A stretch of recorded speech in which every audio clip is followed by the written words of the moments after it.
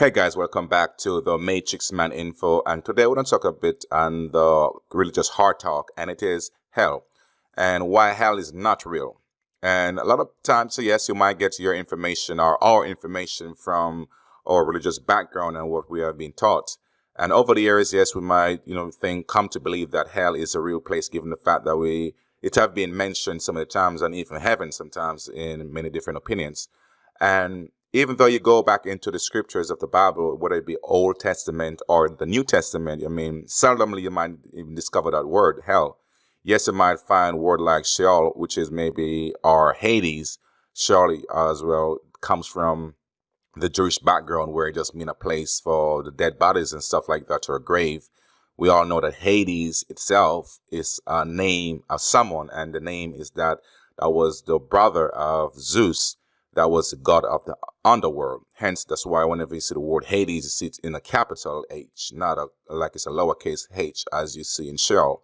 So in a case where, yes, we're being led to believe that, yes, this is a true place, that you may receive your punishment or torment in your afterlife. But like I said, there's no true support of that, because like I said, yes, there might be a place that you go, for you to go through whatever you have to go through in terms of, whatever life you might live here on earth, and you have to be, measured by that, just like in the Egyptian system as well, where you have to, if your sins or your deeds are heavier than a feather, and then you may go through to the afterlife and stuff like that. But in a sense to say, it's a place where is constant punishment of brimstone and fire. Let's take, for example, the fire. We up here, you get burnt by a match. And sometimes you feel like you're in hell. Sometimes on a good summer day when the sun is out, we can't even deal with that. Sometimes we have to go under trees or go into water just to cool off, So what about you talk about the hellfire, which always constantly seems to be always hotter than the normal sun here? So how long do you think someone could really endure that? Not long, So the concept of that always seems to be a mystery, in a sense where, okay, it always sparked by this fire concept or this gruesome punishment. And even though it's a place of punishment, but what about here on earth?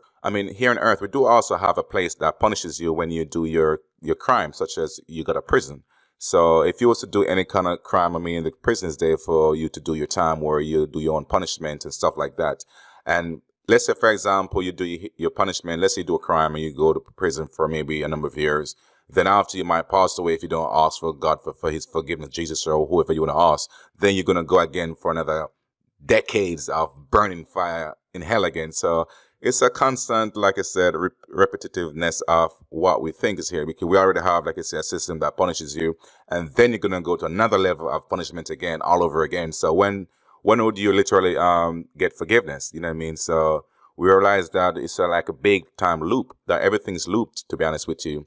And in Christian conversation, they always suggest that whatever little small crime you do, whether you don't believe in this or that, or you do an actionary thing, such as, like I said, you don't believe in God, or you don't want to go to church, or you might fornicate, or whatever different terminology they might use, then hell is going to be your fair share, But like I said, hell is what probably we make it, because even here, we're going through hell right now. Look what's going on into the physical world right now. This is hell on earth, The injustice which is happening across the whole globe, So this is, to me, is like a hell on earth right now. So to say you have another place worse than earth, trust me, sometimes even me, you feel like you want to escape from this, because this world that we're living in, the way it looks right now, with the blood running everywhere, the hatred, the crime, the violence, the constant reminder, like, humanity is on a decline. And then you're going to go to a more severe place than this, which is so severe that the only thing you have to offer you is brimstone and fire and different kind of level of punishment. So it make you feel scary and very afraid to even want to live here, and even to want to think about the afterlife. So I do personally believe that people who have written these kind of words in is scare tactics in a lot of sense. And also, I don't think no one really have a true description of what that thing is, if there's a thing called hell. So yes, they use this now because it's a fear thing. The more you fear, the more you want to go towards the thing when you call religion. So let's say, for example, if you're going to die tomorrow, they said, okay, if you was to offer forgiveness and you go to heaven. And yes, if heaven is just based off of you just asking forgiveness, then pretty much people can always carry on doing the crime. And when you feel like the need to just ask forgiveness, then that's it. You know what I mean? So I don't think the good representation of hell throughout in scripture is accurate to the point.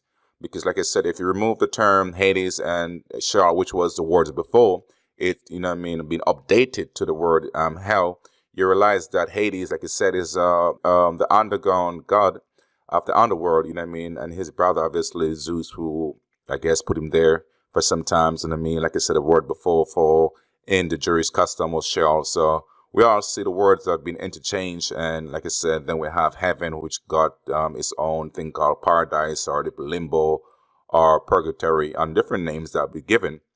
So like I said, throughout different customs or mythological, you have different ideas of what hell is all about. But like I said, no one sincerely have a conclude evidence of what it really entails. Like I said, people can just come and, like I said, create their own concept. Like in our own head, we create our own hell and heaven in our own head as well, in our own lifestyle as well. How we live in hell most of the time, because a lot of stuff we live in fear, we live in, you know what I mean, torment because of past events that happen in our lives. So we all going through our own hell right here on earth. So to say there's another physical one waiting us in a more fiery sense, I mean, that's, like I said, to a next level. But if you do believe in hell, like I said, you can leave your comments in the comment section below and we can discuss this further, because like I said, everyone have their own interpretation of things.